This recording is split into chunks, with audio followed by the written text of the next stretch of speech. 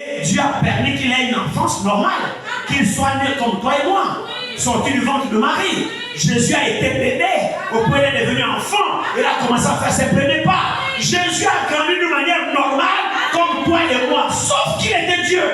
Jésus avait des amis au quartier, peut-être des enfants des voisins, j'en sais rien. Frère, les enfants des voisins, qui étaient les amis de Dieu. C'est merveilleux. Mais quand Jésus grandissait, il était Dieu. Il y avait des enfants des voisins. Marie n'habitait pas dans une forêt avec Joseph. Il a grandi à Nazareth et puis il avait des voisins. Mais c'était Dieu, le petit garçon là, c'est Dieu. C'est Emmanuel qui est là. Emmanuel avait 2 ans, Emmanuel avait 3 ans, Emmanuel avait 6 ans, 7 ans, 10 ans, 12 ans. On parle d'Emmanuel. Dans le temple, comment il a confondu les docteurs. Après, il a disparu. Il était où il était toujours là. Marie et Joseph avaient d'autres enfants. Ils avaient des frères et des sœurs qui ont grandi avec Jésus. Oh, ils étaient les frères et les demi-frères de Dieu. C'est merveilleux. Ils étaient les demi-frères de Dieu. Il était leur aîné. Donc Jésus, Dieu, avait des petits frères, des petites sœurs, sortis du même ventre. Ne croyez pas que les catholiques vous disent que Marie était vierge. Elle faisait quoi de Joseph? Ne croyez pas ces histoires-là. C'était la femme de Joseph. Elle était vierge avant la naissance de Jésus. Après la naissance de Jésus, elle n'est plus vierge. Elle a épousé Marie et Joseph, et puis ils ont fait d'autres enfants. C'est écrit dans la Bible. Maintenant, la Bible dit que Jésus n'a pas pu faire un seul miracle à Nazareth. Et pourtant, il y avait des nécessités à Nazareth. Il y avait des malades à Nazareth. Il n'a pas pu faire un seul miracle à Nazareth. Pourquoi? Parce que les habitants de Nazareth ont vu son enfance, ont vu comment il a grandi, on le connaît. C'est le fils de Joseph et de Marie, paraît-il, selon eux. Ils ont vu ce qu'il faisait quand il était petit. Machin, c'est pas lui. Donc, frères et sœurs, la Bible dit que cet enfant qui naîtrait devait être une pierre d'achoppement pour certaines personnes, mais un sujet de gloire pour d'autres. Mais malheur pour qui Jésus sera une pierre d'achoppement. Du fait qu'ils ont connu son enfance, du fait qu'ils ont connu ce qu'il faisait quand il était jeune, alors ça a donné l'incrédulité en eux, ils n'ont pas cru que lui-là était Dieu. Donc nous voyons qu'en face de l'incrédulité, Dieu ne peut rien. Ça, nous devons par contre comprendre ça. En face de l'incrédulité, Dieu ne peut rien faire. Malgré qu'il soit Dieu, mais il ne peut pas en face de l'incrédulité. Mais Dieu, par contre, peut tout et peut beaucoup en face de la foi.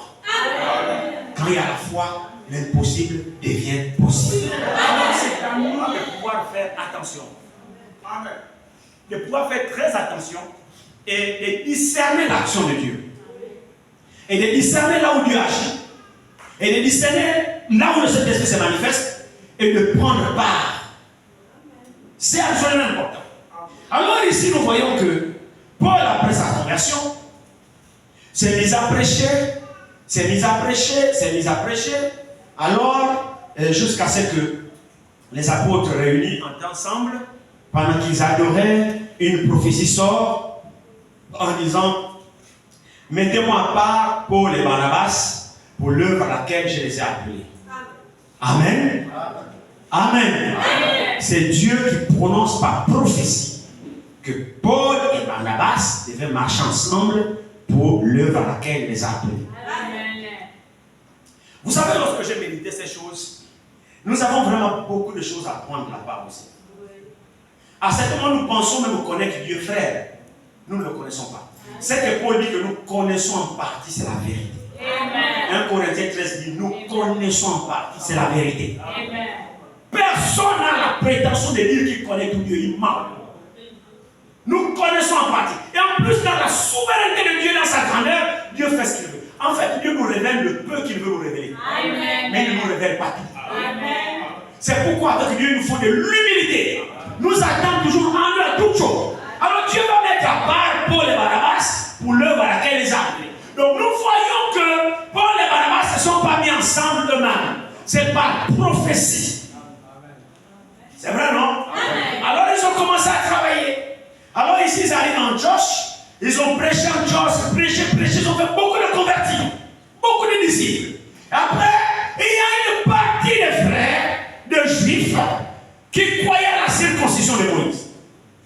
Qui croyaient même pour eux, malgré qu'ils ont cru, mais ils croyaient toujours Moïse. Il faut la circoncision des juifs. Alors ils ont commencé effectivement à mener ce débat-là. Paul et Barnabas ont résisté à ses frères. Ils n'étaient pas de cette vision. Alors il y a eu un échange houleux entre certains frères là-bas en Josh, entre Paul, Barnabas et les autres frères. Débat sur le problème de la circoncision. Les autres disaient non, malgré qu'ils sont au Seigneur, ainsi de suite, il faut tous se faire circoncire parce qu'il n'y a pas d'écriture qui a annulé ça. C'est Moïse qui a institué cette loi. Abraham a pratiqué la circoncision. C'est ainsi, il faut appliquer cela. Paul et Barnabas disent non. Ça ne sert à rien de forcer aux gens de se faire circoncire aujourd'hui naturellement. D'où un débat. Alors pendant que je te dis, frères et sœurs, nous avons réellement besoin de la conduite du Saint-Esprit pour les choses de Dieu. Les choses de Dieu ne dépendent pas de l'intelligence, frère. Tu peux aller au séminaire, étudier, l'homme, tu vas le convaincre parce que vous savez ce qu'on va vous donner là-bas. On va vous donner la capacité de mémoriser les versets bibliques. C'est tout ce que le séminaire vous donne. C'est tout ce que la théologie vous donne. C'est-à-dire que vous soyez capable de dire, quand on dit telle histoire, c'est tout vous. Tu es capable de dire, c'est dans Matthieu chapitre 15, verset 2. C'est tout ce que le séminaire vous donne. La capacité de mémoriser les versets bibliques. Mais le séminaire ne vous donnera jamais la révélation de ce que vous mémorisez. Jamais. Vous serez le docteur de la loi. Vous êtes capable de dire que telle chose est écrite dans Matthieu. Vous êtes capable de dire que telle chose est écrite dans le Deutéronome. C'est tout. Le diplôme qu'on vous donnera, c'est ça. C'est ça, oui, le diplôme en théologie. Oui. Pourquoi? Parce qu'on t'a posé des questions que tu as su répondre. Mais quant à la révélation, qui nous connaît la donne? La révélation vient de Dieu seul. Et la révélation, c'est quoi? La révélation, c'est la capacité de comprendre ce que Dieu a dit. C'est pas la capacité de réciter ce que Dieu a dit. Non. La révélation, c'est la compréhension de la parole de Dieu. La révélation, c'est la pensée exacte au sujet de la parole. C'est ça la révélation. Quand vous recevez la révélation, c'est-à-dire vous avez reçu la pensée exacte de Dieu au sujet de cette déclaration. Qui peut connaître les pensées de Dieu si c'est Dieu lui-même? Alors le seul moyen de connaître la pensée de Dieu, c'est quand Dieu te la communique. Et ça, on appelle ça la révélation. C'est alors que tu comprends les choses de Dieu. C'est alors que tu comprends qu'est-ce que Dieu veut. Et à partir de ce moment, plus que tu as compris, alors maintenant tu peux l'adorer. Mais tant que tu n'as pas bien compris, tu ne sauras pas l'adorer. Tu l'adoreras selon ton intelligence. Frère, c'est absolument important. Or, comment faire pour avoir la révélation? Comment? Ça, c'est une grande question. Comment faire pour avoir la révélation, frère? Même si je n'ai pas été à l'école, Dieu s'en fout de ça. Amen. La révélation a été donnée aux petits enfants. Jésus a dit dans Matthieu 16. Hein? Oui. Je crois que c'est Matthieu 16 qu'on va lire. C'est pas c'est Matthieu 16, on va lire. Matthieu 16, verset 16. Il dit, Simon-Pierre dit, commençons au verset 13 de Matthieu 16. Jésus étant arrivé dans le territoire de Césarée, de Philippe, demanda à ses disciples, qui suis-je au dire des hommes, moi le Fils de l'homme? C'est une question. Amen. C'est une question. Amen. Alors, verset 14. Ils répondirent, les uns disent, tu es Jean-Baptiste. Les autres, Élie. Les autres, Jérémie. Ou l'un des prophètes. Verset 15. Et vous, leur dit-il, qui dites-vous que je suis? Amen. Simon-Pierre répondit, tu es le Christ, le Fils du Dieu vivant. Verset 17. Jésus reprenant la parole lui dit, tu es heureux Simon, fils de Jonas, car ce ne sont pas la chair et le sang qui t'ont révélé cela. C'est absolument important. Amen. Amen. Il n'est pas dit, ce ne sont pas la chair et le sang qui t'ont appris cela. Non. Non. On parle ici de la révélation. Ce ne sont pas la chair et le sang qui t'ont révélé. Jésus est précis dans ses paroles. Amen. Il dit ici, il dit, Jésus répondant la parole lui dit, tu es heureux Simon, fils de Jonas, car ce ne sont pas la chair et le sang qui t'ont révélé cela, mais c'est mon Père qui est dans les cieux. Amen. Et moi je te dis que tu es Pierre. Amen. Et que sur ce roc je bâtirai mon église. Avez-vous entendu ça? Amen. Il dit, et je bâtirai sur ce roc, je bâtirai mon église. Et que les portes du séjour des morts ne prévaudront point contre elle. Amen. Je te donnerai que le royaume des cieux. Ce que tu lieras sur la terre sera lié dans les cieux, et ce que tu lieras sur la terre sera délié dans les cieux. Amen. Amen. C'est absolument important. Amen. La révélation de la parole, c'est ça qui fait en sorte que nous puissions adorer Dieu en esprit et en vérité. Amen. Si nous n'avons pas la révélation de la parole, nous sommes des scribes et des pharisiens du temps moderne, des gens qui répètent simplement Moïse a dit, Moïse a dit, Moïse a dit, mais qui n'ont pas la compréhension de ce que Moïse a dit. Et quand nous sommes comme ça, nous crucifions pour notre part encore le même Dieu que nous prétendons adorer. Amen. Vous voyez que le domaine de la révélation, c'est absolument important. Or, à qui Dieu se révèle-t-il? Amen. Dieu se révèle aux élus. Amen. Dieu se révèle à ses fils et à ses filles. Amen. Comme nous avons vu, que la révélation, c'est la communication de la pensée divine de la parole. C'est ça la révélation. La révélation, c'est la communication de la pensée divine sur la parole. C'est-à-dire, Dieu vous communique sa pensée. Quand il a dit, la chair et le sang, si tu ne manges ma chair, tu ne bois mon sang, tu n'auras pas de part avec moi. Ça, c'est littéral.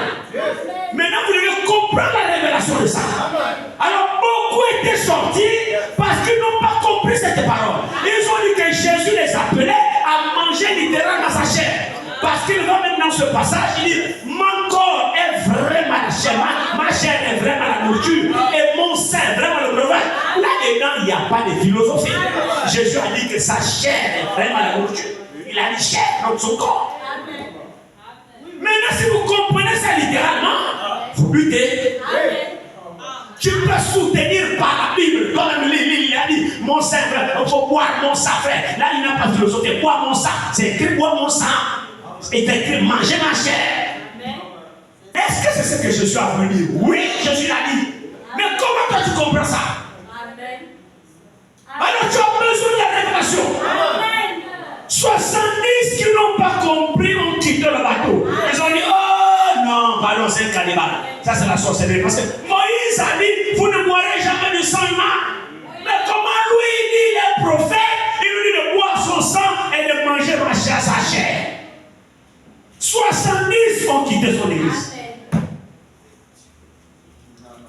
Amen. Frère, la même chose se répète aujourd'hui. Amen. Vous croyez quoi? Amen. Quand ils sont sortis, ils étaient là, derrière le pupitre. Ils voient un sort.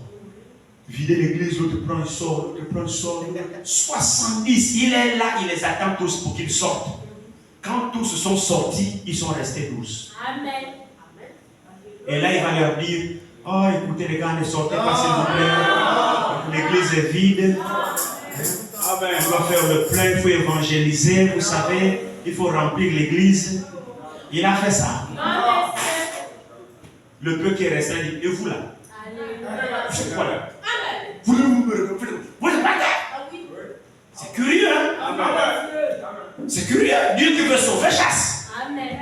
Vous faites quoi? Le battez, vous le battez? Amen. Est-ce que c'est vrai? Mon frère, ma soeur, on ne supplie pas le croyant.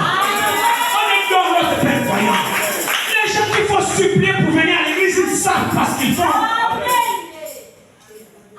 Il dit, on a beau aussi partir, fait qu'on allait sauter. Libérer, sauter. Il est là, pan. Il dit, oh Seigneur, à qui l'autre il est? Ah oui, monsieur. Vous voyez, frère, que là, c'est pas suivre quelqu'un. Il faut que tu aies compris ce que tu reçois ici. Même si aujourd'hui la prédication a été dure, mais il faut que tu aies la révélation de qui est ce homme. Frères et sœurs, ce jour-là, Jésus était une pierre d'achoppement pour 70. Ils l'ont loué pendant tout ce temps, mais le jour-là, c'était une pierre d'achoppement. Ils ont glorifié son ministère pendant un bon moment, mais le jour-là, ils ont vomi son ministère.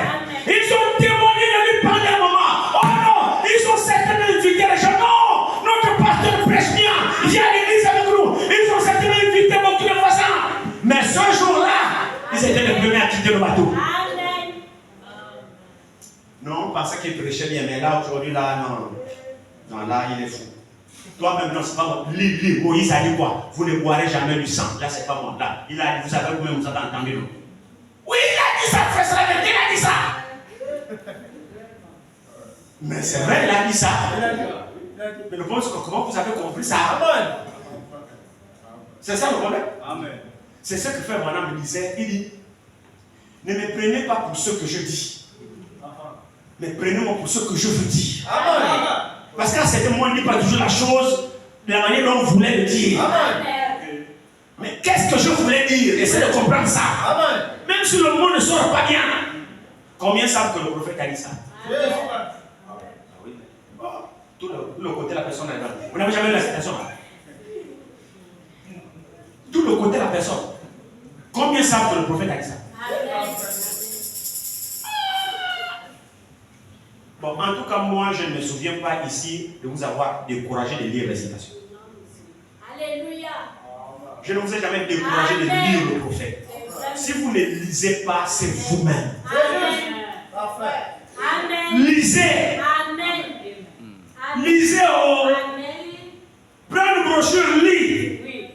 Ce message est venu pour, c'est pas seulement pour les prédicateurs. Non. C'est pourquoi on vous ment parce que vous ne lisez pas. C'est ça. Amen. Toi aujourd'hui, le frère Branham a dit. On ment maintenant sur le nom de frère Branham. Oh, c'est toi tu lisais. Même quand il donne la citation de façon tordue, pour l'avoir, lui tu as besoin de dire non, il n'a pas dit ça. C'est pas moi je connais la citation, il n'a pas dit ça. Mais plus que vous ne lisez pas, on vous ment. Amen. C'est vrai, non? Amen. La révélation est absolument importante. Amen. Alors il dit, sur ce roc, je bâtirai mon église. Frères et sœurs, tous ceux qui adorent Dieu doivent l'adorer par révélation. Amen. Le contact que vous avez avec Dieu doit être un contact de révélation. C'est-à-dire, vous ne devez pas croire parce que quelqu'un vous dit de croire. Vous ne devez pas prier Dieu parce que quelqu'un vous dit de prier Dieu. Mais vous priez Dieu parce que Dieu s'est révélé à vous. Et vous savez qu'il est vrai pour vous.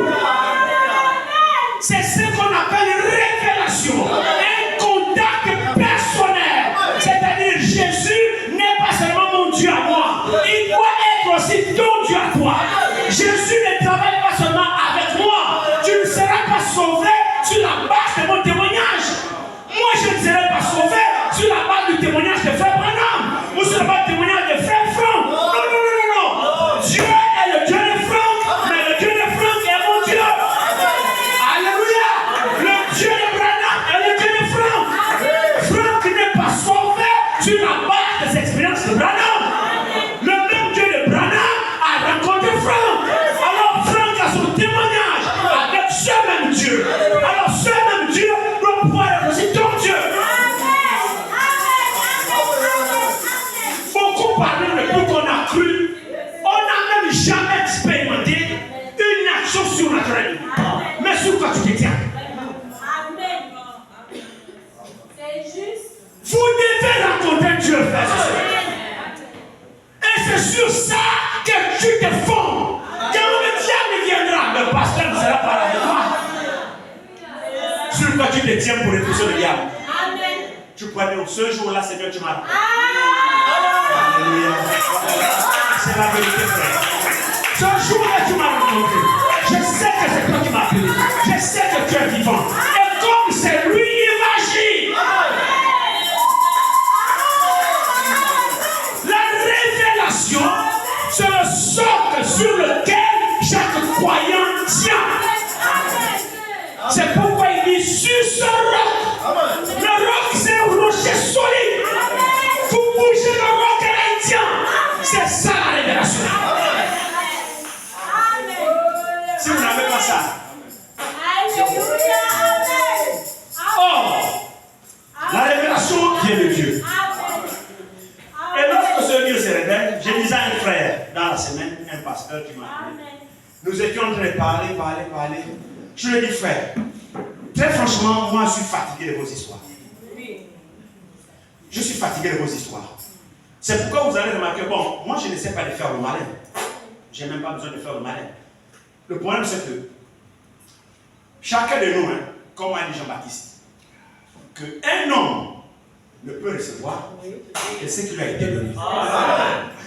Si tu n'as rien reçu, tu n'as rien. C'est que tu as reçu, c'est ce que tu manifestes. Donc, moi, je n'essaierai pas de manifester quelque chose que je n'ai pas. Je n'essaierai pas de me comporter comme quelqu'un d'autre. Moi, je n'ai pas reçu ça. Nous devons être des originaux. On a le message original, il dit devons être des originaux. Le défaut de l'original, c'est quoi? Le bricolage. La contrefaçon. Ce n'est pas nécessaire d'être des contrefaçons. Soyons des originaux. Et seul Dieu peut nous rendre original. Seule la parole peut nous rendre original. Alors pour être original, il y a que ce que Dieu t'a donné. Si Dieu ne t'a pas donné, tu fabriques. J'ai dit à ce pasteur, je ne sais pas faire comme vous. Je ne sais pas comment vous faites, mais moi je n'arrive pas. Et puis pour te dire, frère, je suis fatigué avec vos histoires. Frères et sœurs, attendez, pendant qu'on y est, avant que je m'oublie, on va arriver. Allons-y rapidement d'abord dans l'Apocalypse ici. Je ne sais pas comment les gens comprennent ça. Le dernier chapitre d'Apocalypse 22, vers les derniers versets, regardez très bien ce que la Bible dit ici.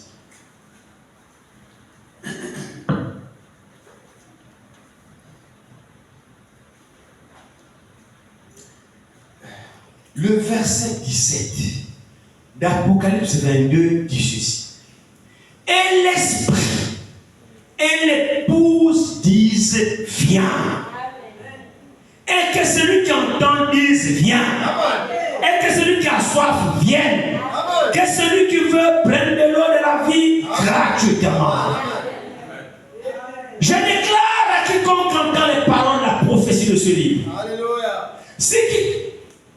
Si quiconque y ajoute quelque chose, Dieu le frappera de fléaux écrits dans ce livre.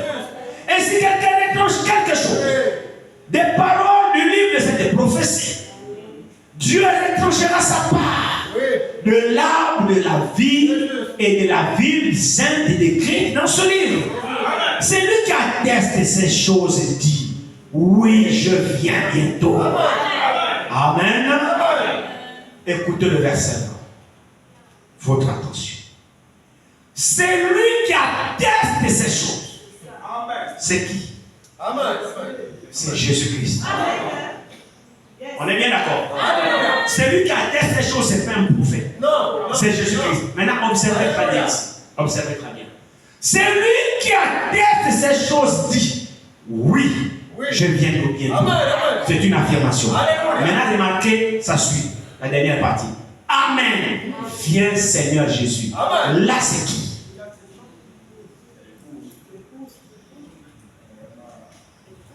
Là c'est plus lui. Amen.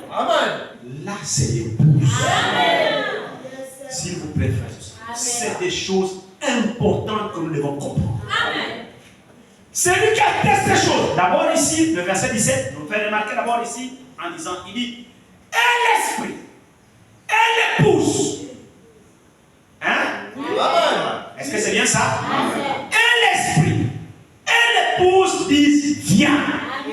D'accord? Le verset 20 dit c'est lui qui atteste ces choses dit oui je viens bientôt. Mais non ponctue amen viens Seigneur Jésus. Ça c'est qui? C'est l'épouse. Vous voyez que il doit avoir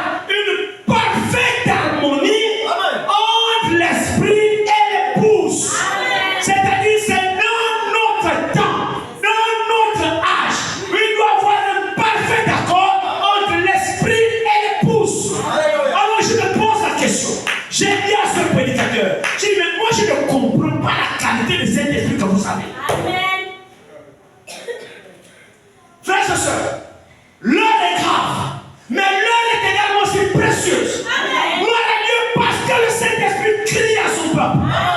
Il ne nous laisse pas dans la confusion. C'est pourquoi, mon frère, ma soeur, il y a des véritables ministères que Dieu tient dans sa main, que Dieu révèle sa volonté et qui crie à l'épouse. Je vous dis que l'épouse sera parfaitement à l'unisson avec l'époux.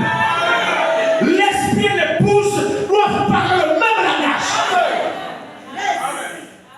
Et cette unité n'est pas réalisée par les hommes. Non. Cette unité n'est pas réalisée par l'organisation des conventions de l'unité. Non, c'est les choix des hommes. L'unité nous parle de Dieu est réalisée par le Saint-Esprit. Au travers des croyants. C'est une action divine. C'est-à-dire, Dieu unit vos cœurs de façon spirituelle. La base du Saint-Esprit. Le Saint-Esprit en toi et en moi, nous unit ensemble. Il n'y a pas la place de la fabrication. Non, il n'y a pas. Amen. Avez-vous remarqué ça? Amen. Dans Acte 15, Amen. le verset, je crois, 28 que nous avons lu. Quelle est l'écriture? Il a paru bon au Saint-Esprit et à nous. C'est merveilleux.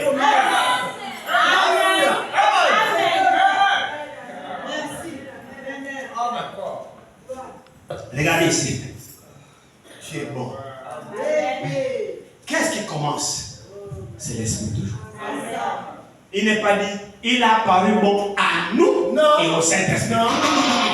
Même l'ordre est important. C'est comme si l'Esprit vous suit. Non, c'est vous qui suivez l'Esprit. Donc il a paru bon au Saint-Esprit d'abord et à nous. Ensuite, lui nous convainc. Ici, il dit quoi? Et l'Esprit et l'épouse. Pas l'épouse et l'Esprit.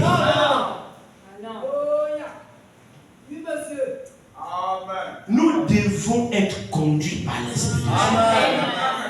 Et c'est ça la révélation. La révélation vient du Saint-Esprit.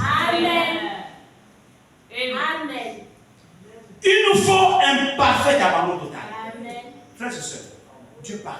Je vous dis la vérité, Dieu parle. Dieu conduit quelqu'un. Vous êtes remplissés de conditions exigées par Dieu. De consécration, de méditation. Votre cœur est pur. Vous êtes dans le silence de votre chambre ou dans votre bureau. Vous vous abandonnez au Saint-Esprit. Je vous défie de le faire. Vous verrez la fraîcheur du Saint-Esprit dans vous. Et vous ouvrez les yeux. Vous conduisez ici. Regarde ici. Ici. Je vous dis la vérité, frère. Le Saint-Esprit conduit. Vous attendez doucement qu'il dit ici. Les versets viennent seuls.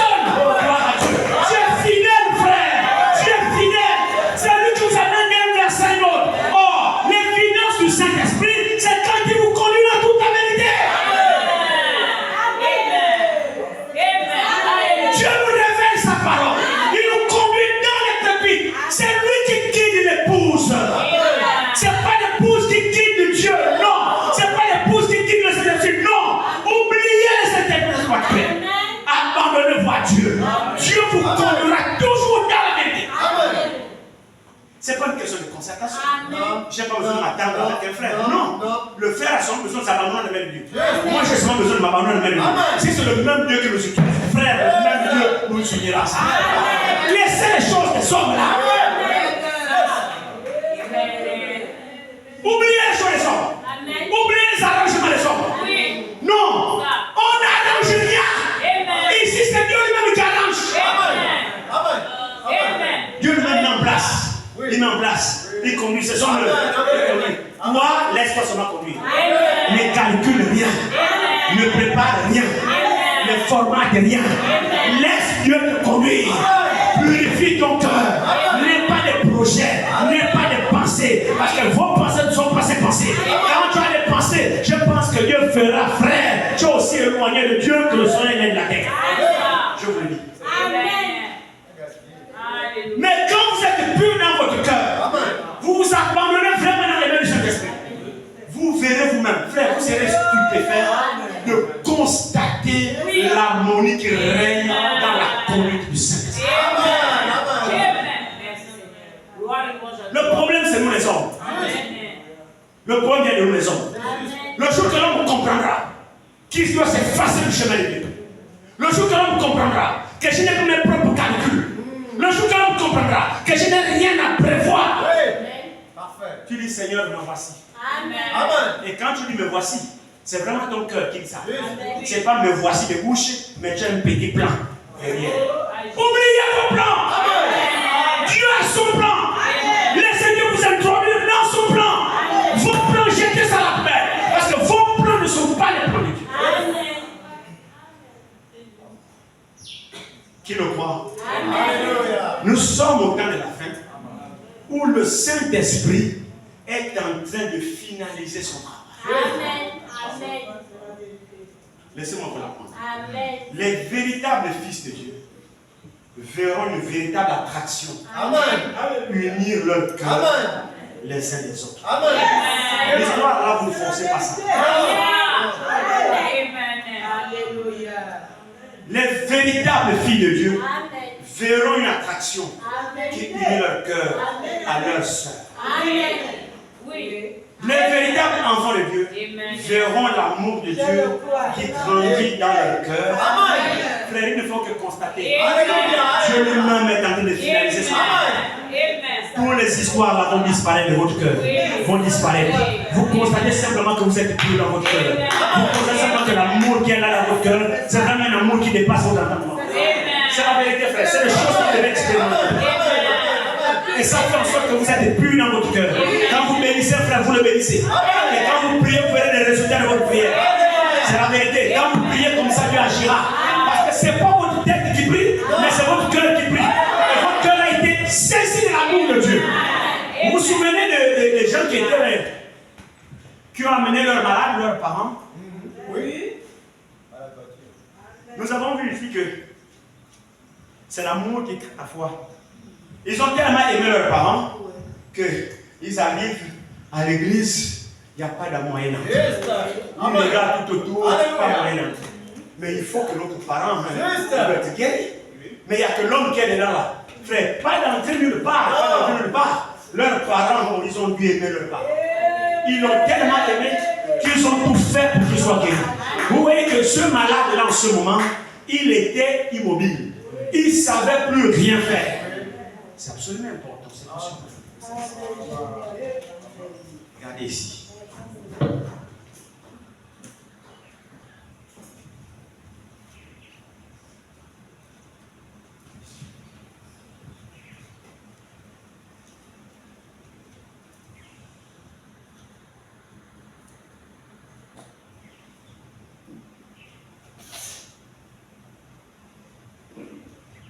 Marc 2 nous dit ici, commençons au premier verset. Quelques jours après, Jésus revint à Capernaum. On l'a porté, on a appris qu'il était à la maison. Amen. Et il s'assembla ainsi grand nombre de personnes que l'espace devant la porte ne pouvait plus les contenir. Il leur annonçait la parole. Amen. Des gens vinrent en lui, amenant un paralytique porté par 4 hommes. Comme ils ne pouvaient l'aborder à cause de la foule, ils découvrirent le toit de la maison où il était. Et ils descendirent par cette ouverture le lit sur lequel le paralytique était couché. Alléluia. Waouh. Quelle scène. Regardez très bien ici. Il dit, alléluia. On était où? Verset 5, était couché. Verset 7. Jésus voyant leur foi, avez-vous entendu ça? Amen, amen. Jésus voyant leur foi, un instant là. La foi de qui?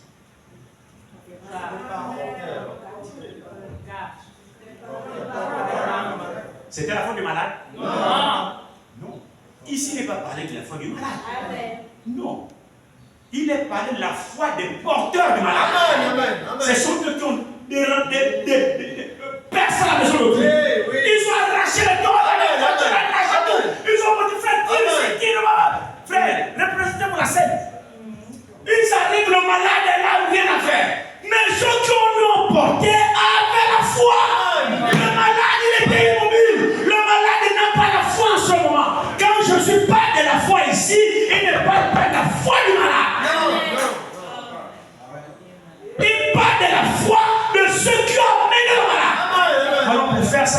qu'ils aiment le malade.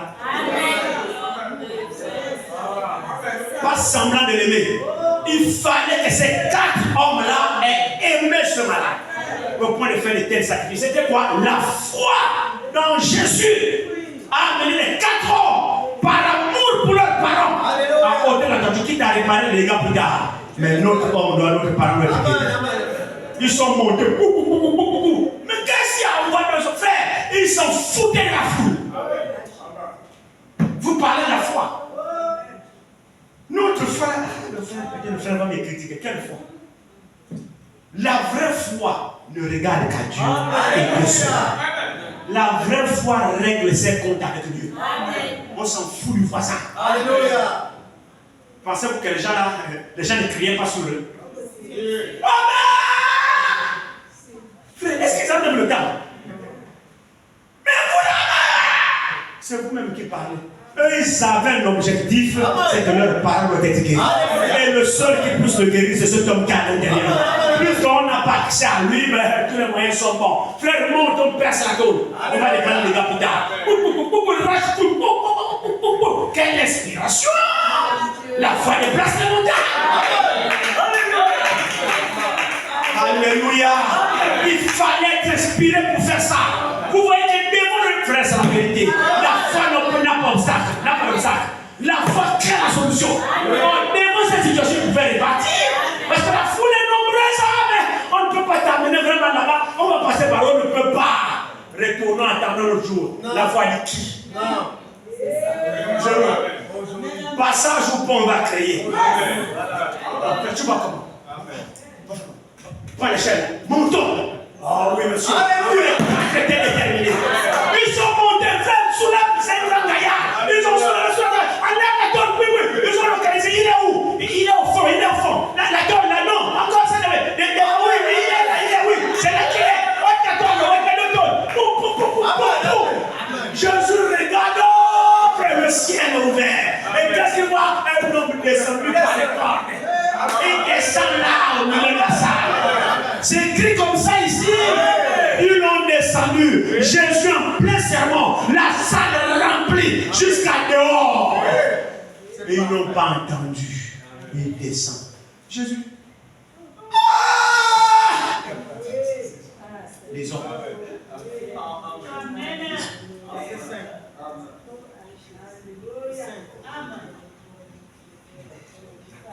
Verset 5, regardez. Jésus, voyant leur foi, dit au paralytique: mon enfant, tes péchés sont pardonnés. Alléluia. Hey, est-ce que tu peux écouter cette voix-là ce matin? Où Jésus te dit tes péchés sont pardonnés? La foi en lui l'amènera à pardonner tes péchés. Si tu crois en lui ce matin, il te dira la même chose. Et tes péchés sont pardonnés. Crois simplement, fais-lui confiance. Amen. Jésus était frappé par cette foi. On descend l'homme par le corps. Jésus est là. Les gens ont crié, ce n'est pas leur problème. Amen. Les gens ont manifesté, ce n'est pas leur problème. Ils ont un peu d'atteinte. C'est la guérison de leurs parents. Vous devez l'aimer. Hein? Amen. Ce n'est pas nos soi-disant amour là. Vous voyez comment l'amour a fait? Oui. Dieu a vu leur foi. Pas la foi du malade. Non. Votre foi dans le voisin. L'amour que vous avez pour le voisin. La manière dont vous priez pour le voisin. Dieu va honorer votre foi. Il y a des situations où le malade ne peut pas croire, mais Dieu utilise la foi du serviteur ou de la servante pour opérer les miracles. Vous le croyez? Eh oui. Il dit ici, verset 6. Il y avait là quelques scribes qui étaient assis et qui se disaient au-dedans de toujours les critiqueurs. Comment cet homme parle-t-il ainsi? Il blasphème. Qui peut pardonner les péchés si ce n'est Dieu seul? Amen. Amen. Et les gens là, c'était quoi? C'est pas des païens. C'est des gens qui connaissent les Écritures. Ils sont toujours prêts à vous reprendre avec un verset biblique. Ils sont toujours là prêts appuyer sur la gâchette pour vous montrer qu'ils connaissent la parole mieux que vous. Les scribes et les pharisiens lui disaient, regardez ici. Maintenant, regardez la réponse de Jésus. Il dit, verset 8. Jésus ayant aussitôt connu son esprit, a été connu. Jésus ayant aussitôt connu par son esprit ce qu'il pensait au-dedans d'eux, leur dit, pourquoi avez-vous de telles pensées dans vos cœurs? Oh Dieu. Pourquoi avons-nous aussi de telles pensées dans nos cœurs? Pourquoi ne sommes nous pas capables d'avoir des cœurs purs? Amen. Frère, le reproche, ce n'est pas seulement à ces gens-là. C'est à nous tous. C'est important que nous tous nous ayons des cœurs purs, des pensées pures. C'est important ça. Il dit ici, il dit, maintenant verset 29, lequel est le plus aisé de dire, de dire au paralytique des péchés sont pardonnés, ou de dire lève-toi, prends ton lit et marche. Or, afin que vous sachiez que le Fils de l'homme a sur la terre le pouvoir de pardonner les péchés. Alléluia. Pardonner les péchés. Amen. Je te l'ordonne. Amen. C'est merveilleux. Dit-il au paralytique, lève-toi, prends ton lit et va dans ta maison. Maintenant, le dire est une chose, l'accomplir en est une autre. Maintenant, voyons son ordre. Est-ce que l'ordre s'est accompli? Voyons le verset 12. Et à l'instant, il s'éleva, prit son lit et sortit en présence de tout le monde, de sorte qu'ils étaient tous dans l'étonnement et glorifiaient Dieu, disant, nous n'avons jamais vu de pareil. Alléluia.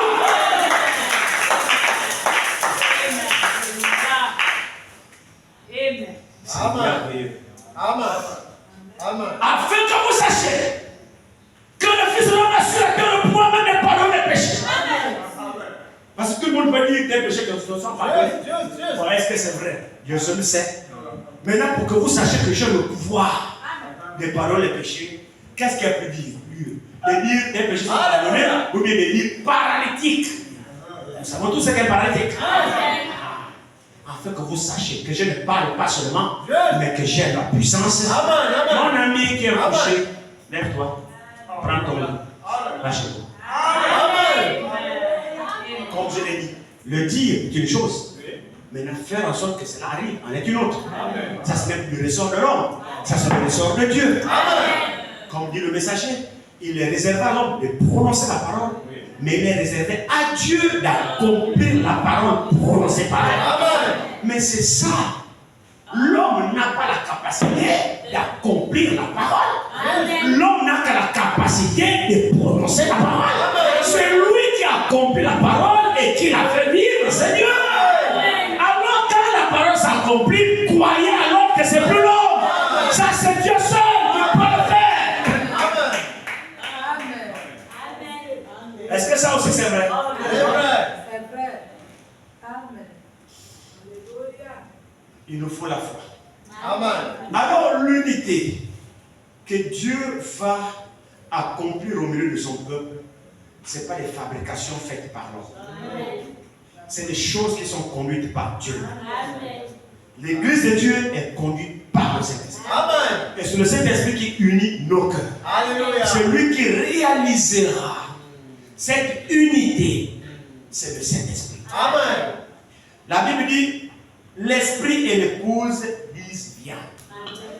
Les apôtres disent, il a paru bon au Saint-Esprit. Alléluia. Alors il s'agissait de quoi? Il s'agissait d'une divergence. Que Dieu nous aide. Vous croyez à la révélation? Alléluia. Amen. Vous la croyez vraiment? Amen. Amen. Il s'agit d'une divergence au sujet d'une écriture qui était écrite noir sur blanc par Moïse sur la circoncision. Amen. Amen. C'était une loi. Et nous voyons que Moïse lui-même a failli être tué par Dieu parce que lui, le législateur de la loi, il a oublié de faire circoncire son propre fils. Pour dire que Dieu ne fait de compromis avec personne. Amen. Nul n'était sa femme, Séphora, qui veillait C'est bien que nous ayons des épouses spirituelles. Pas celles qui sont là pour nous mettre des bâtons dans les roues, pas celles qui sont là pour discuter avec nous, pas celles qui sont là pour nous faire voir de toutes les couleurs. Nous avons besoin des épouses spirituelles qui peuvent soutenir notre ministère dans la prière, qui peuvent nous aider. Pas celles qui sont là pour respecter, bouder, discuter. Non. Séphora était une véritable épouse pour Moïse. Nul n'était la vigilance de Séphora. Dieu tue Moïse. Vous le savez, non? Séphora suivait la parole. Séphora était un type de croyant qui observait la parole. C'est vrai.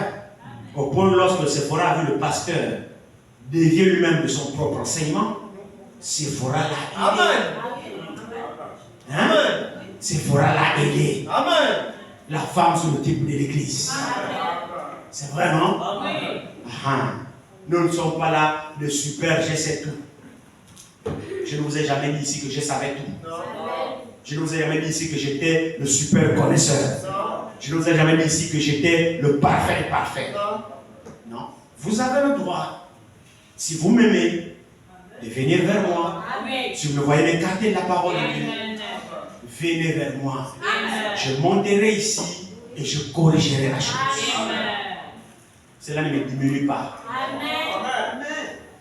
J'ai dit, cela ne me diminue pas. C'est tout.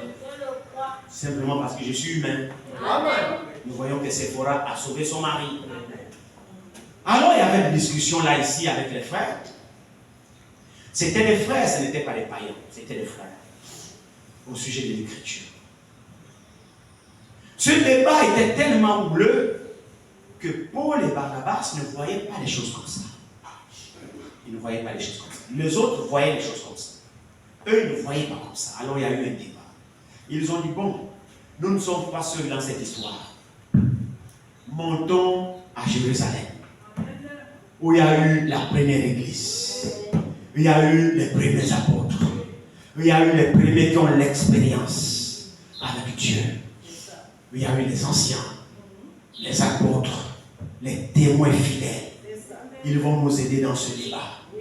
Alors, Paul et Barnabas sont montés à Jérusalem. J'aime bien ça.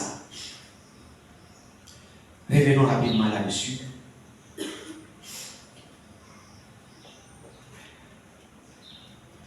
Acte 15, au verset 6 dit, les apôtres et les anciens se réunirent pour examiner cette affaire. Alléluia. C'est toujours ce qu'il faut faire. Amen. Il faut tous se réunir pour examiner la chose. Avec des pensées pures. Amen. Nous abandonnons au Saint-Esprit. Non pas que quelqu'un essaye de dominer par sa pensée ou par son idée, mais laisser le Saint-Esprit dominer sur nous. Amen. Alors ils sont montés, ils sont arrivés. On va lire un petit peu, comprendre.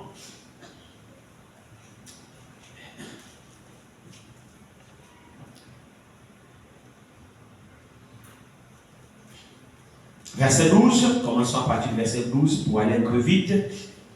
Toute l'assemblée garda le silence et l'on écouta Barnabas et Paul qui racontèrent tous les miracles et les prodiges que Dieu avait fait par eux au milieu des païens. Lorsqu'ils eurent cessé de parler, Jacques prit la parole.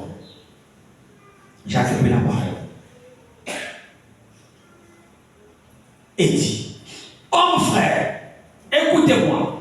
Simon a raconté comment Dieu a d'abord jeté les regards sur les nations pour choisir du milieu d'elles un peuple qui porte son nom. Et avec cela s'accordent les paroles des prophètes. C'est donc qu'il est écrit. Après cela, je reviendrai et je releverai la chute de la tente de Jacob. J'en réparerai les ruines et je les redresserai. Afin que le reste des hommes cherchent le Seigneur. Afin que toutes les nations sur lesquelles, ainsi que toutes les nations sur lesquelles mon nom est invoqué, dit le Seigneur, qui fait ces choses et à qui elles sont connues de toute éternité. C'est pourquoi je suis d'avis qu'on ne crée pas des difficultés à ceux des païens qui se convertissent à Dieu. Mais qu'on leur écrive de s'abstenir des souillures des idoles, de la débauche, des animaux étouffés du sang. Verset 21 nous dit ici, car depuis bien des générations, Moïse a dans chaque ville des gens qui le prêchent, puisqu'il le lit tous les jours le sabbat dans les synagogues. Pendant que je lisais ça à la maison, je lisais ça, cette écriture à la maison, j'ai eu un peu une autre compréhension de la part du Seigneur. Vous voyez, elle me dit, car depuis bien des générations, Moïse a des gens, Moïse a dans chaque ville des gens qui le prêchent. Hein? Des gens qui le prêchent. Puisqu'on le lit tous les jours de sabbat dans les synagogues. Amen. Et si vous allez dans Matthieu, je crois, 22,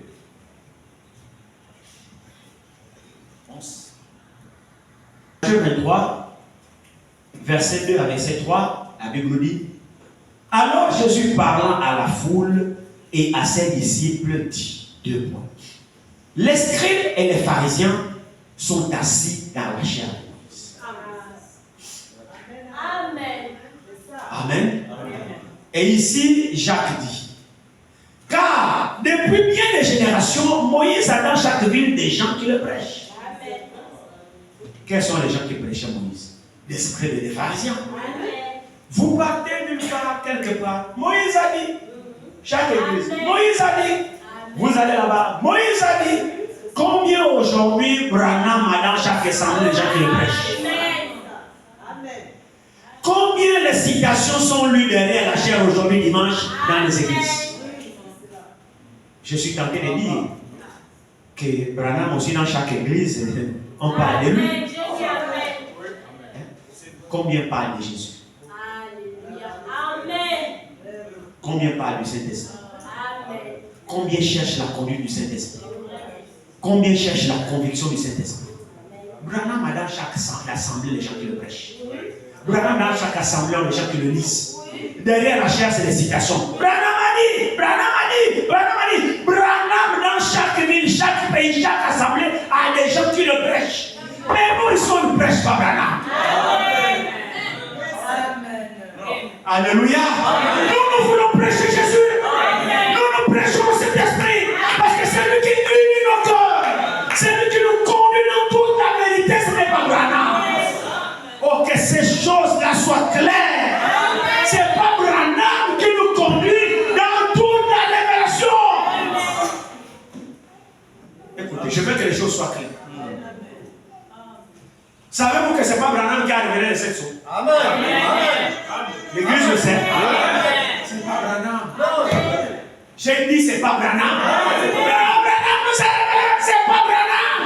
C'est lui qui a révélé les sceaux, c'est l'agneau. C'est l'agneau de Dieu qui a révélé les sceaux. Il a brisé les sceaux. Lisez Apocalypse 5. Lorsqu'il a pris le nom, Dieu est digne. Dieu est digne de prendre le livre et d'en rompre les sceaux. C'est pas Branham. Et Branham lui-même dit, au moment de la divulgation de la révélation, Branham dit, il venait chaque jour à 10 heures dans mon bureau pour me révéler chaque saut. Alors est-ce que c'est Branham qui a révélé les sauts? Non, Branham était le porte-parole du révélateur.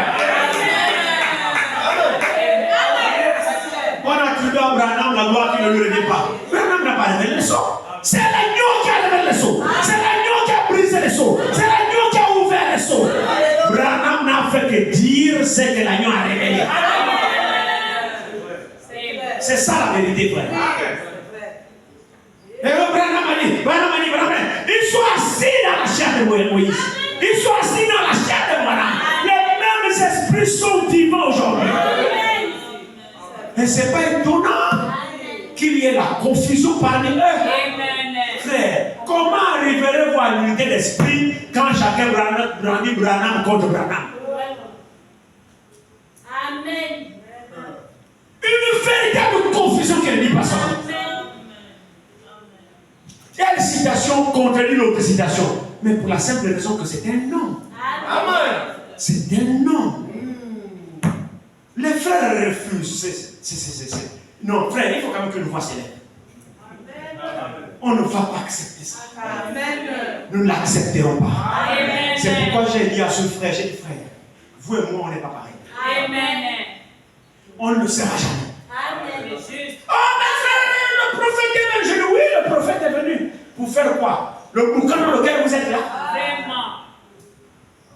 J'ai dit mais frère, vous avez oublié la mission pour laquelle Dieu a envoyé le prophète.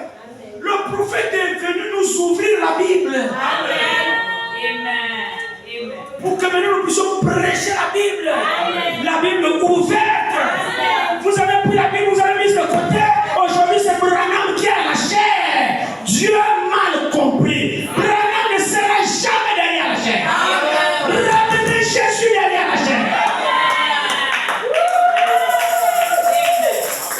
Parce que c'est Jésus qui tient l'unité. Il a dit mon église. Mon église. Les portes du séjour des morts ne pourront pas la vaincre. Qu'est-ce que c'est la révélation? Mais la mission du prophète, c'est de nous sortir de la confusion et nous ramener dans la lumière. Et quand nous suivons la lumière nous suit.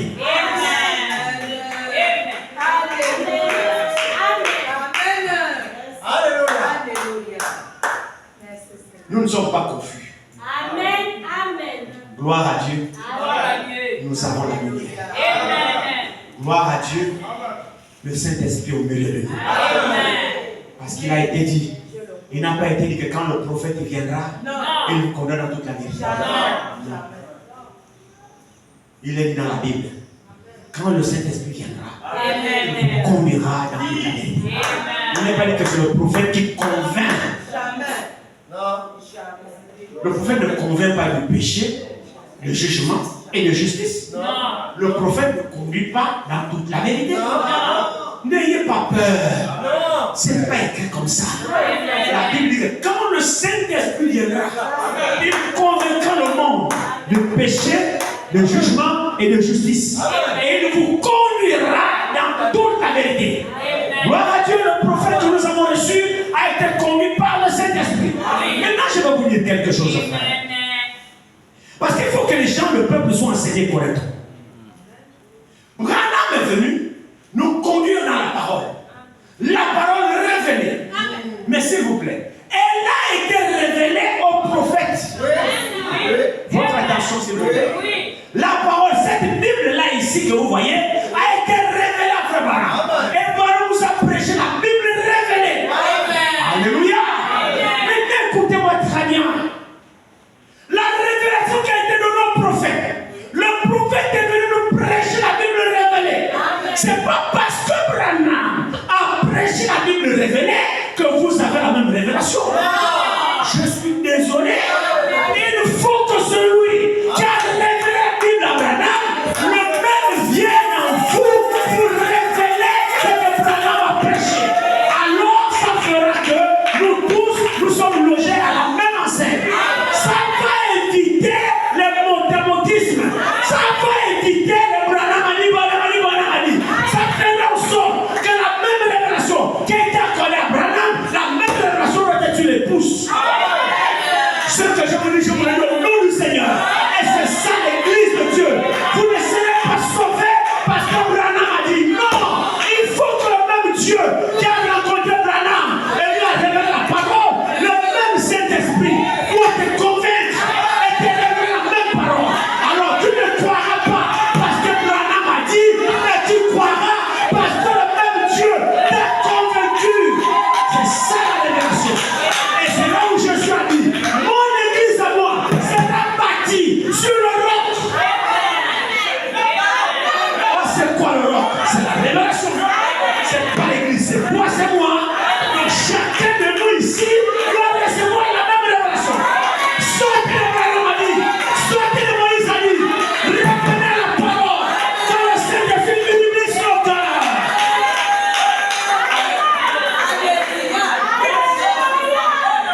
Les frères qui sont dans le Branham a dit, frère, j'ai pas honte de le dire, je sais que c'est enregistré. Ils n'ont pas le Saint-Esprit. cette déclaration dure et j'assume. Je dis j'assume. Si vous avez le Saint-Esprit, le Saint-Esprit n'est pas confus. Peut-être que c'est l'esprit de lumière, l'esprit de vérité, qui nous condamne pour la vérité. La vérité, c'est pas ce que Branham a dit. La vérité, c'est ce que Dieu dit. Gloire à Dieu. Je fais ça, la vérité, c'est pas ce que Branham a dit. La vérité, c'est ce que Dieu a dit. Et comme Branham, c'était un prophète de Dieu, alors Branham nous a dit ce que Dieu a dit. C'est pourquoi il pouvait dire. Mais dites pas que Branham a dit, mais sauvez les Écritures. Frère, c'est ça les pousse. Nous devons arriver au niveau où le Saint-Esprit et l'épouse disent Amen.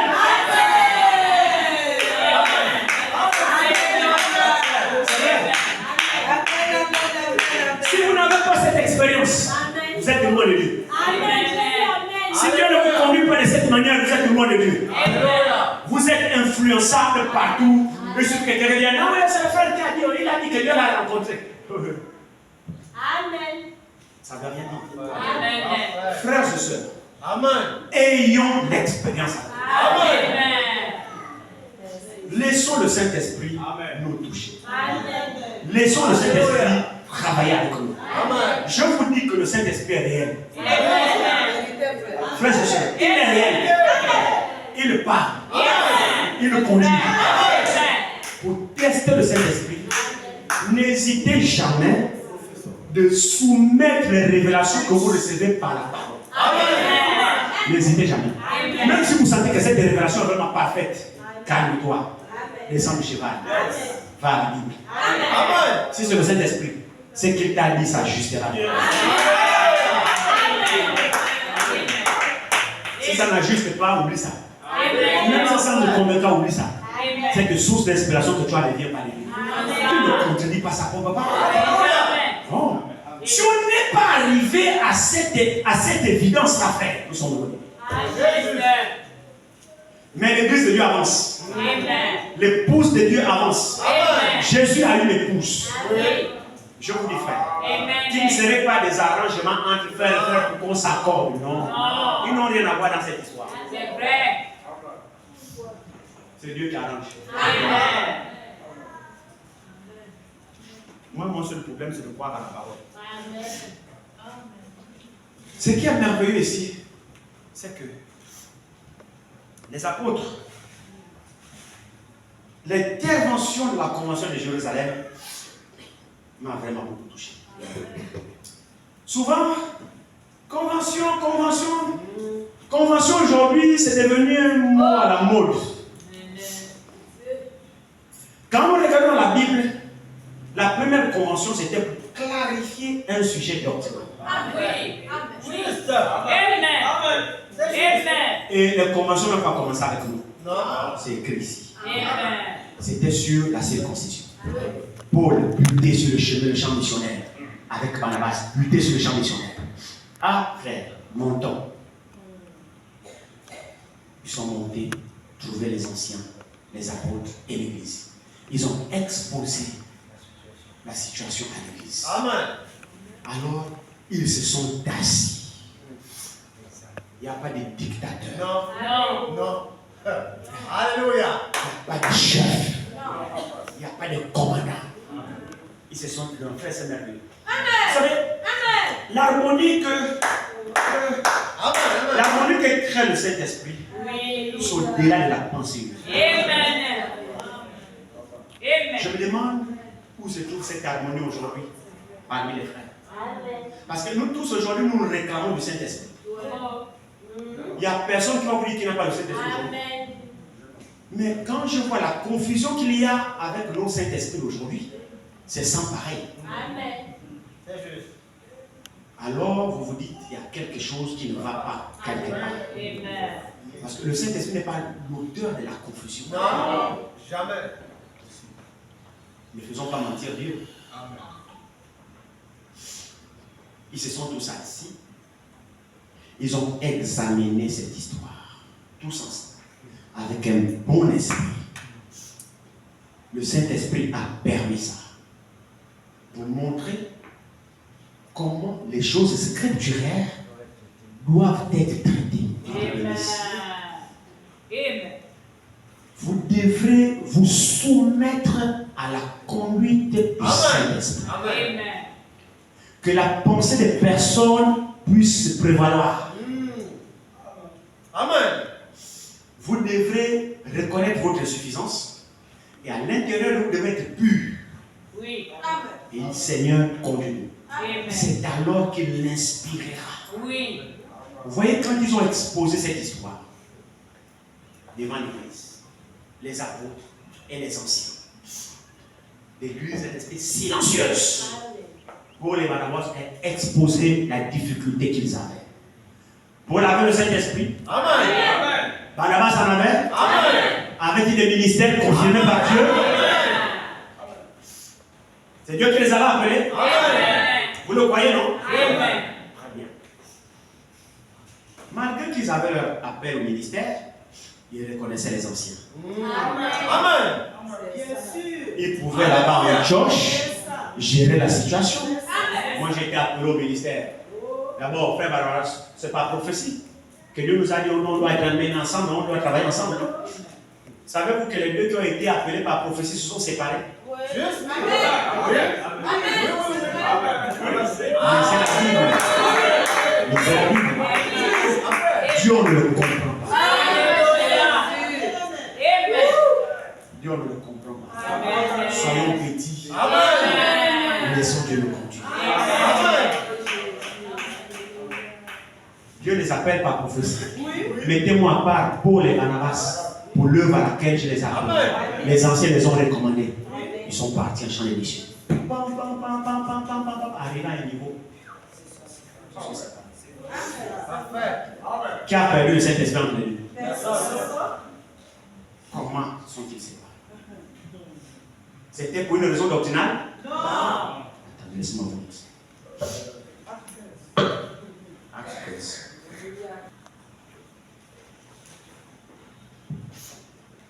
Je vais vous donner la raison. Allons ici.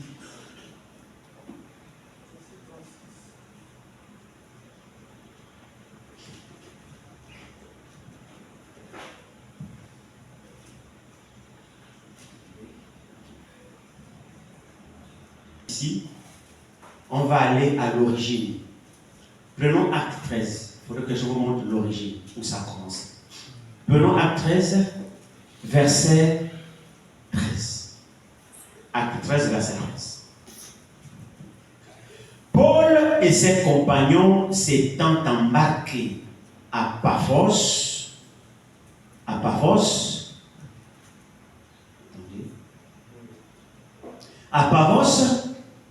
c'est cela? Oui, à Paphos, c'est rendirent à Perge, en Pamphylie. Jean se sépara d'eux et retourna à Jérusalem. Amen.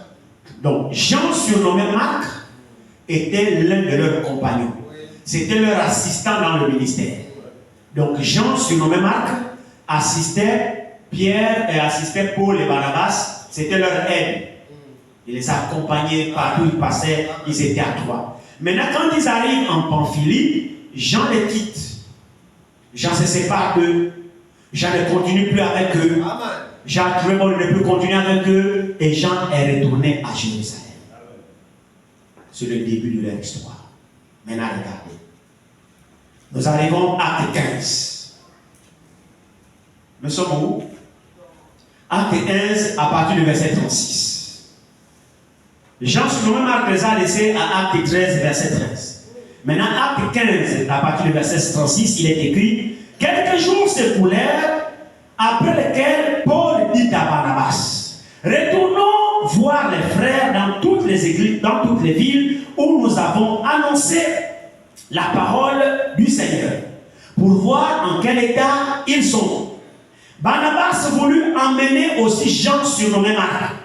Mais Paul jugea plus convenable de ne pas prendre avec eux celui qui les avait quittés depuis la Pamphylie. Ce qu'on vient de lire. Oui. Vous vous souvenez, non? Oui. Ok. Mais Paul jugea plus convenable de ne pas prendre avec eux celui qui les avait quittés depuis la Pamphylie et qui ne les avait point accompagnés dans leur œuvre. Ce dissentiment fut assez vif pour qu'ils se séparent l'un de l'autre. Et Barnabas, prenant Marc avec lui, s'embarqua pour l'île de Chypre. Paul choisit Silas et partit, recommandé par les frères, à la grâce du Seigneur. Il parcourut la Syrie et la Cilicie, fortifiant les frères. Amen. Alléluia. Amen. Avez-vous remarqué cela? En étudiant cette histoire, j'ai découvert que Dieu vraiment m'aide. On va se faire petit devant Dieu. Regardez, en étudiant cette histoire, j'ai découvert que Barnabas, en insistant pour prendre Marc, Jean qui les avait abandonnés et les donner à Jérusalem, en réalité, Marc était son cousin dans la chair. Oui. Fouillez dans la Bible, vous allez trouver. Marc était son cousin dans la chair, donc ils étaient parentés. Alors il a mis le lien charnel dans l'œuvre missionnaire. Paul n'a pas vu les choses dans ce temps. Paul a dit qu'il était notre compagnon de service. On a marché ensemble de haut et les bas, les difficultés. Il a vu qu'il ne pouvait plus continuer, il nous a abandonnés. Et puis on a affronté les débats tout seul. Et maintenant que la situation est devenue calme, il va encore après pour qu'il nous abandonne encore de maintenant. Non. Moi j'ai besoin de frères déterminés, des frères zélés, des frères courageux, des frères qui vont partout avec moi. Pas celui qui me quitte aujourd'hui, demain il revient, après demain il abandonne, après demain il revient, après demain, quand il y a quelque chose, il quitte l'église, quand ça ne va pas, il réapparaît, après il quitte l'église, il m'abandonne, il réapparaît, il m'abandonne. Non, moi j'ai besoin de frères constants. Ça c'était la vision de Paul. Vous allez remarquer que ce n'était pas un problème de doctrine. Est-ce que l'église est là? Lisez ça convenablement, je vous, le Seigneur vous révélera les choses. Au point Paul a dit, je ne vais pas, je ne le prends pas. Barnabas a dit, frère, prenons le Saint bien-aimé, pardonne-lui, si le frère s'est repenti, il veut continuer l'œuvre avec nous. Vous suivez un peu le développement? Paul a dit non. Moi j'ai une mission. Moi je veux des gens constants. Barnabas a dit, mais c'est bien-aimé. S'il était fatigué, maintenant qu'il revienne, pardonne, allons-y ensemble. Paul a dit non. Barnabas aussi a dit on le prend. Paul a dit on ne le prend pas. Barnabas a dit on le prend. Paul a dit on ne le prend pas. Bon, dans ce cas, séparons. Ils se sont séparés. Barnabas est allé avec son cousin Marc. Jean allé ailleurs. Mais si vous regardez dans la Bible, c'est la dernière fois qu'on fait mention de Barnabas après sa séparation avec Paul. Pour montrer que la conduite du Saint-Esprit était avec Paul. Et Barnabas devait se soumettre à la vision de Paul. Parce que c'est Paul qui était le prophète. Quand bien même qu'il avait le Saint-Esprit, il n'était pas perdu. Non. C'est juste le point de vue qui les a amenés à se séparer. Barnabas n'était pas perdu. C'était un frère. Mais suite à cette vision, ils ne se sont pas accordés. Dites Amen. Mais ce qui est merveilleux dans cette histoire, j'ai étudié ça la dernière fois, j'ai dit Dieu est bon. Frère, non, Dieu, en fait je n'ai pas de mots. Dieu est simplement Dieu. Vous savez quoi? Dieu qui les a appelés par prophétie, votre attention. Mettez-moi à part Paul et Barnabas pour l'œuvre à laquelle je les ai appelés. C'était Dieu? Amen. Est-ce que c'était Dieu? Amen. Ce Dieu savait que pendant leur marche, il y aura ça. Amen. Il le savait? Amen. Alors, s'il le savait, ce Dieu doit prendre des dispositions. Amen. Parce qu'on ne le surprend pas. Amen. Oh, j'aime Dieu, frère. Amen. Je vous dis que j'aime Dieu. Alléluia. Juste. Regardez. Suite à ce problème de la convention suite à la circoncision, qu'est-ce que Dieu va faire? Dieu savait que Barnabas va abandonner Paul. Amen. Et Dieu a prévu quelqu'un qui devait continuer avec lui. C'est merveilleux. Vous savez ce qui s'est passé? Lorsqu'ils sont allés à Jérusalem avec Barnabas, exposer la problématique de la circoncision. Alors, ils ont traité le problème Et quand ils se sont convenus du problème, alors les anciens, les apôtres de l'Église ont écrit des lettres sur la décision commune arrêtée par le Saint-Esprit pour l'Église d'Antioche et les autres frères des païens qui convertis, qui croiront. Il ne faut plus leur imposer encore d'autres lois, seulement de s'abstenir des aliments souillés, tout ça. Alors ils ont donné la lettre. Paul et Barnabas, au lieu qu'on leur laisse repartir seuls, ils ont donné 2 témoins pour accompagner Paul et Barnabas et la lettre. Pour dire que la lettre vient de la part des anciens, des apôtres de Jérusalem. Ils ont envoyé Silas et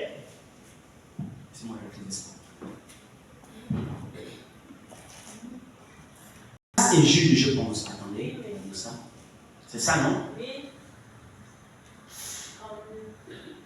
Verset combien? 32. Merci, monsieur. Ici. Reprenons le verset 28 d'abord, si pour mieux comprendre. Car il a paru bon au Saint-Esprit et à nous de ne vous imposer d'autres charges que ce qui est nécessaire. Savoir de vous abstenir des viandes sacrifiées aux idoles, du sang, des animaux étouffés et de la débauche, chose contraire.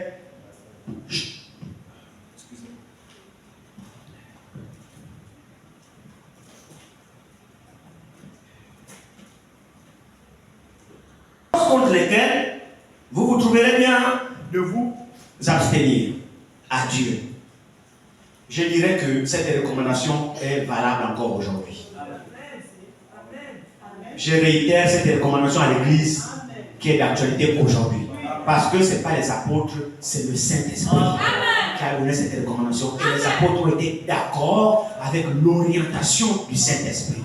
Quelles sont ces recommandations? Il dit, savoir de vous abstenir des viandes sacrifiées aux idoles.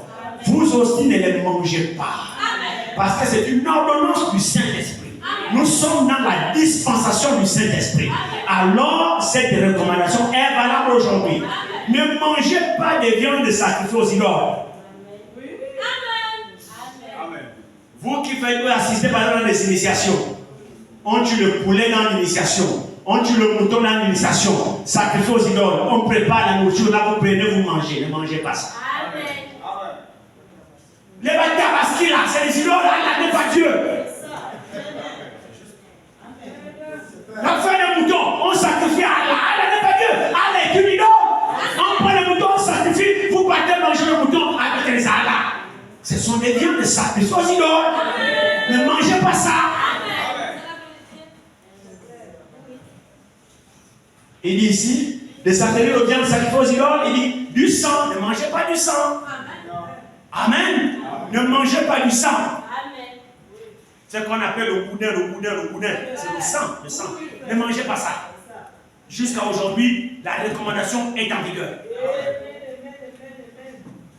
Ne mangez pas le sang, les animaux étouffés. Nous tous, on a mangé ça quand nous étions sans Dieu. Les animaux étouffés, ce sont des animaux qu'on attrape par les pièges. Au village, là-bas, les pièges, la corde, voilà. Il meurt, se trouve dans le piège étouffé. Non, le sang n'a pas été coulé, ne mange pas ça. Et aussi, on tuait par exemple les poulets au village, tu attrapes le poulet, tu chauffes l'eau, tu mets, tu fermes le poulet, le poulet meurt dans le chaud. C'est des animaux étouffés. Tu veux manger le poulet, attrape ton poulet, coupe le cou. Libère la vie. La vie, c'est le sang. Libère la vie. Tu veux manger le mouton, prends le mouton, égorge le mouton, libère la vie. En laissant couler du sang, égorge, et là tu manges. La viande égorge, et là tu manges. Mais étouffé, mort par étouffement, ne mangez pas. Parce que la vie n'a pas été libérée. Cette recommandation est encore en vigueur aujourd'hui. Ne mangez pas ces choses. L'Église doit être enseignée. Si vous le faites, ne le faites plus. Vous voulez manger le viande, coupez le cou. Rassurez-vous qu'elle a été égorgée et que le sang a coulé. Si le sang n'est pas coulé, ne mangez pas. Alors il dit ici, verset 30. Eux donc, ayant pris congé de l'Église, allèrent en Antioche, où ils remirent la lettre à la multitude à la multitude assemblée. Après avoir lu, les frères furent réjouis de l'encouragement qu'elle leur portait. Donc, il y avait Judas et Silas. Judas et Silas, Jude et Silas, qui étaient eux-mêmes prophètes, les exhortèrent et les fortifièrent par plusieurs discours. Donc, les frères à Jérusalem ont envoyé Paul avec Jude et Silas pour les accompagner comme témoins de la recommandation qu'ils avaient envoyée dans la lettre. Maintenant, lorsqu'ils sont arrivés, tous les deux étaient des prophètes. Donc, Jude et Silas étaient des prophètes. En arrivant au bout d'un certain temps, disons cela verset 33, au bout de quelques temps, les frères d'Antioche qui avaient reçu les émissaires, les frères les laissèrent en paix retourner vers ceux qui les avaient envoyés. Donc leur mission était terminée, le missionnaire est terminé. Maintenant Jude et Silas devaient retourner à Jérusalem parce qu'ils furent envoyés par des anciens. Curieusement, Jude retourne, mais Silas ne part pas. Lisons-le ici. Regardez ici. Verset 34. Toutefois, Silas trouva bon de rester. Jude lui est retourné. Silas dit ça ne part pas. Nous pouvons penser que c'est un hasard. Il n'y a pas de hasard chez lui. L'église les a recommandés à deux. Ils ont fini leur mission. Mais retournez. C'est vrai, non? Jude retourne. Silas lui trouve bon de rester encore. Pourquoi M. Silas reste? Frère, les choses de Dieu sont conduites par le Saint-Esprit. Ce ne sont pas des calculs humains qui font fonctionner l'œuvre de Dieu. S'il vous plaît, frère, pour l'amour. Les choses de Dieu sont conduites par Dieu même. Mes calculs ne marcheront pas. Parce que Dieu tient son affaire. Il sait ce qui va arriver demain. Il sait ce qui va arriver après-demain. Il sait ce qui va arriver l'année prochaine. Plus qu'il est Dieu, il doit savoir. Maintenant, s'il sait, il prend des précautions. L'Écriture dit, l'œuvre de l'Éternel prospère entre sa main. Il ne s'agit pas de complot tissé entre deux frères. Amen. Non, ça c'est l'œuvre des hommes. Des complots convenus entre 2, 3, 4 frères, ça c'est leur œuvre à eux. Mais l'œuvre de Dieu, il n'y a pas de complot. L'œuvre de Dieu, c'est Dieu lui-même. Frère, moi c'est ce que je crois. Amen. Dieu savait que Barnabas devrait abandonner Paul. Amen. Dieu le savait. Amen. Et parmi les deux qu'on a envoyés, Dieu a retenu Silas. Amen. Parce que Dieu a prévu Silas pour remplacer Barnabas. Amen. Et à la suite des événements, Paul est maintenant voyagé avec Silas. Amen. C'est un hasard? Non. Quand je disais ces choses, le Saint-Esprit me révélait des choses. Amen. Montrer que l'œuvre de Dieu, c'est Dieu le même qui l'a fait. Même si l'homme a fait, frères et sœurs, même si tu penses que tu vas bloquer l'œuvre de Dieu, tu perds ton temps. Amen. Avant même que tu n'aies cette pensée, Dieu savait que tu aurais cette pensée. Amen. Et Dieu a déjà trouvé une solution. Je vous le dis, frère, au nom du Seigneur. L'œuvre de Dieu, c'est l'œuvre de Dieu. Amen. Moi, je ne peux pas bloquer l'œuvre de Dieu. Non. Si je pense que l'œuvre de Dieu n'est pas de mon frère, c'est faux, je mens. Dieu va me balayer sur notre province.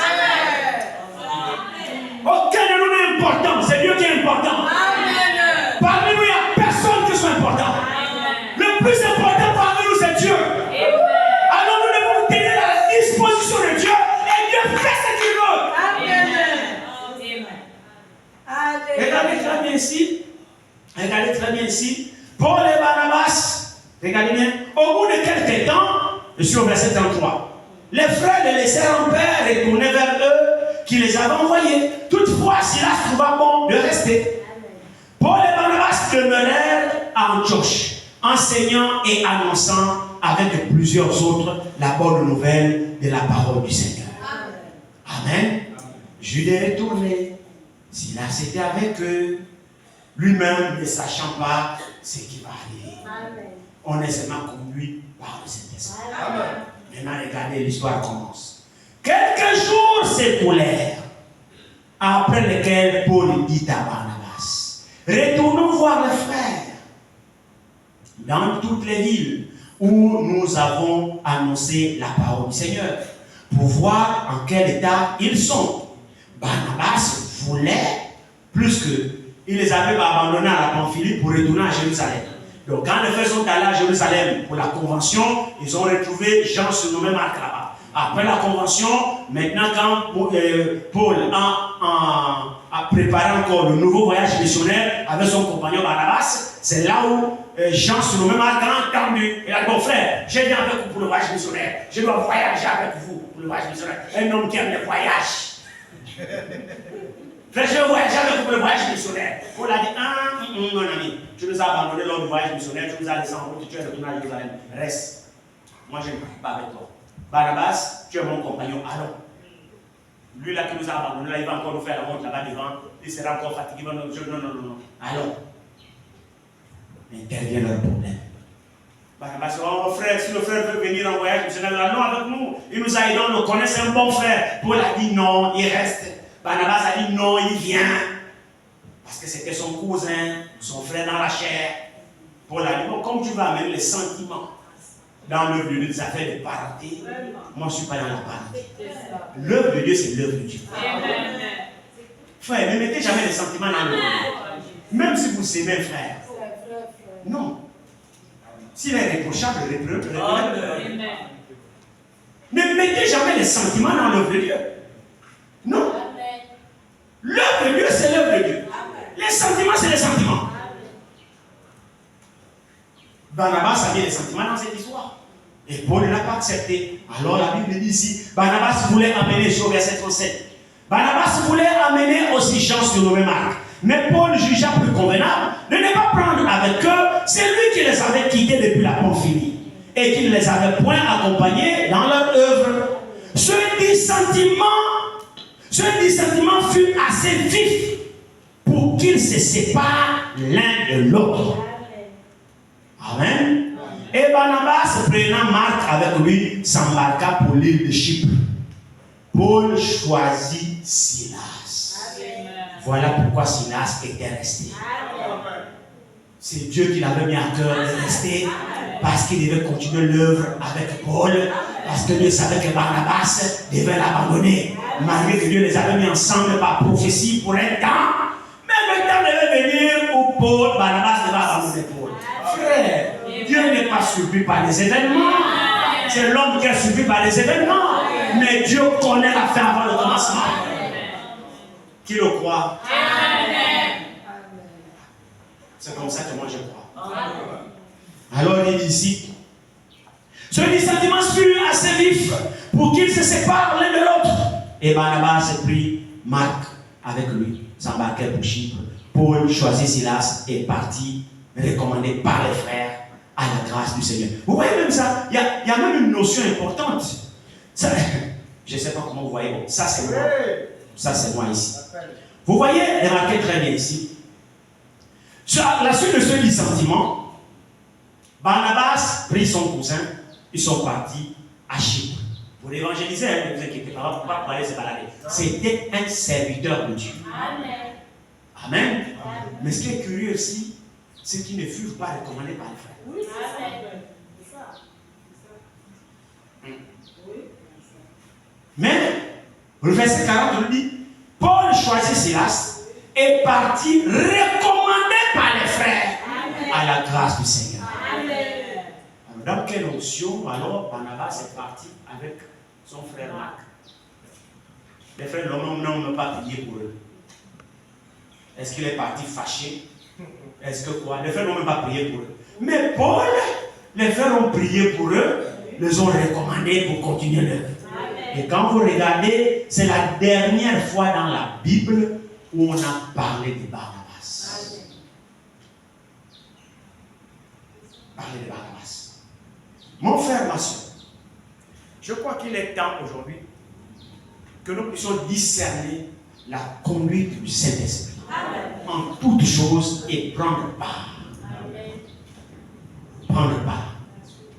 Chaque enfant de Dieu doit discerner où est le Saint-Esprit et où est-ce qu'il travaille pour prendre part. Parce qu'on peut le rater sans le savoir.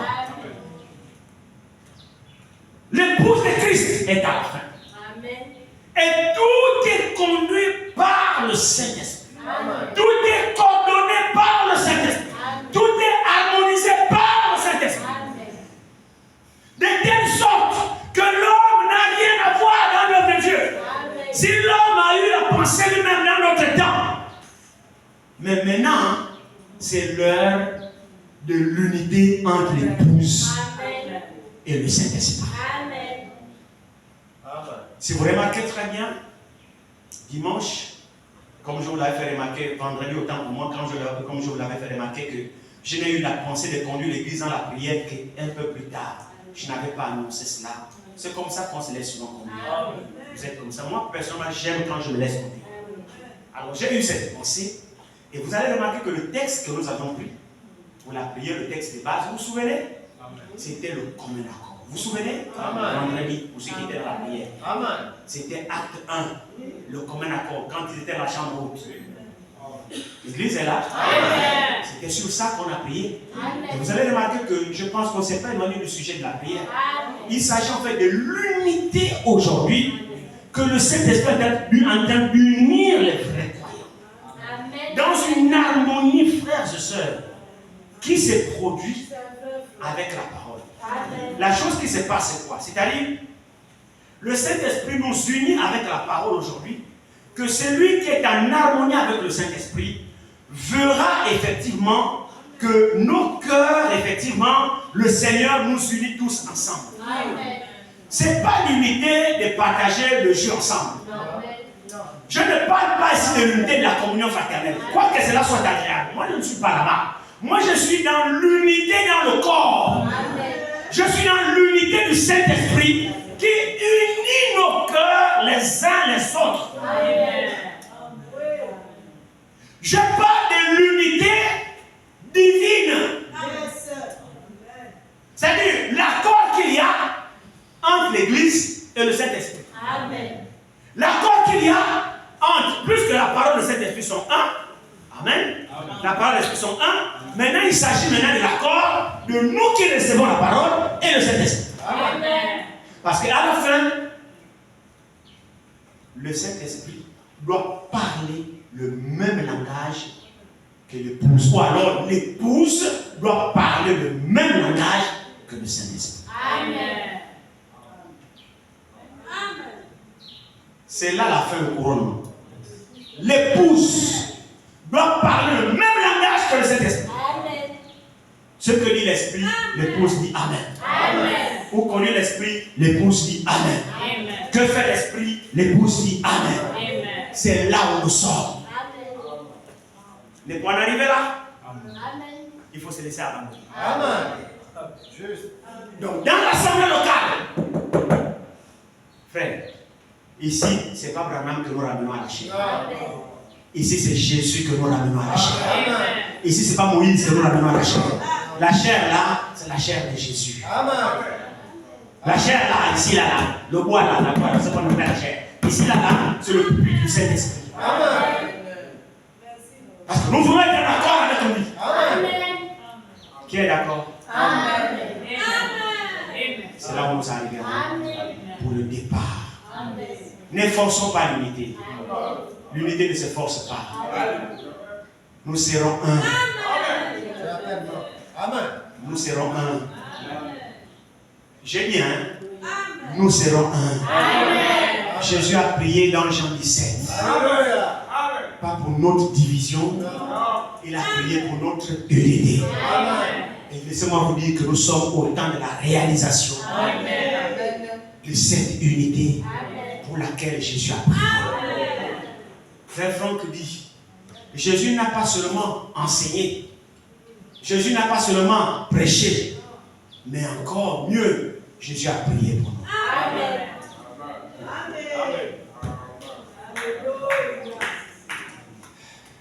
Je ne sais pas si vous voyez les choses comme ça. Amen. Laissez-moi répéter cette déclaration de Frère Franck. Frère Franck dit, Jésus n'a pas seulement prêché, Jésus n'a pas seulement enseigné, Jésus n'a pas seulement exposé la doctrine. C'est bien. Mais mieux, Jésus a prié pour nous. Amen. Et nous savons que la prière de Jésus sera toujours exaucée. Vous le croyez? Quand il a prié, pourquoi? Il a prié pourquoi? Pour que nous soyons divisés? Il a prié pourquoi? Pour que nous puissions nous bagarrer? Il a prié pour que nous soyons. Donc lui qui a prié pour que nous soyons un. Or nous savons que la prière, j'ai terminé. Nous savons que la prière, c'est le désir du cœur. Donc c'est ce que Jésus voulait. Alléluia. C'est ça ce qu'il désirait. La prière, c'est le désir de ton cœur. C'est ce que tu demandes, c'est ce que tu veux. La prière, c'est le désir. Tu exprimes ce que tu veux. C'est ça la prière. Alors Jésus a exprimé son désir à son Père. Seigneur, je veux que ce que tu m'as donné du milieu du monde, je veux que là où je suis, qu'il soit aussi. Alléluia. Comme tu m'as aimé, Père, tu m'as donné ceci du milieu du monde, mais c'est toi. C'est toi que Dieu a donné à Jésus. C'est pourquoi tu es ici pour écouter tes parler. Tu lui appartiens. Nous sommes le don de Dieu à Christ. Et même que Christ est le don de Dieu à l'Église. Alléluia. Et ceux que tu m'as donné du milieu du monde, ils étaient à toi et tu me les as donnés. Nous sommes le don de Dieu à Christ. L'épouse est le don de Dieu à Jésus. Et Jésus est le don de Dieu à l'épouse. Je veux que ce que tu m'as donné, ce que je veux, je t'exprime mon désir, Père. Amen. Je veux que tout ceci soit. Amen. Dieu exaucera la prière de Jésus. Vous le croyez? Vous voyez que cette unité ne dépend pas de vous. Ça ne dépend pas de moi. Ça ne dépend pas de nos attentes. Ça ne dépend pas de nos arrangements. Il a déjà prié pour. Que tu crois, que tu ne crois pas. Ceux pour qui il a prié seront comme ça.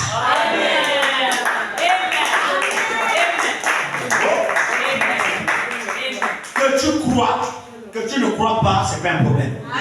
Mais plus que Jésus a prié, il a prié. Ça lui tenait tellement à cœur que cette histoire, que quand il a prié, il ne voulait pas une unité façon. Non. Amen. Il prend l'exemple, il la place là-bas. Il dit, Père, comme toi, tu es en moi. Oui. Amen. Vous voyez comment Jésus a prié? Amen. C'est ce qu'il veut. Pas l'unité de compromis. Non. Il dit, comme toi tu es en moi, je veux que ceux-ci soient un. Comme toi et moi, nous sommes un. Amen. Jésus a dit, celui qui m'a vu, a vu le Père. S'il a prié que nous soyons un avec lui, alors c'est lui qui nous voit. Voit Jésus.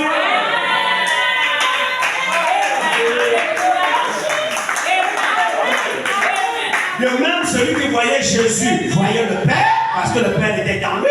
Alors aujourd'hui, c'est lui qui nous voit, doit voir Jésus. C'est ça cette unité. Vous voyez qu'il y a pas de mascarade là-dedans, il n'y a pas de compromis là-dedans. Laissons-nous introduire là-dedans. Par le Saint-Esprit. Obéissons au Saint-Esprit, c'est lui qui rendra cela possible.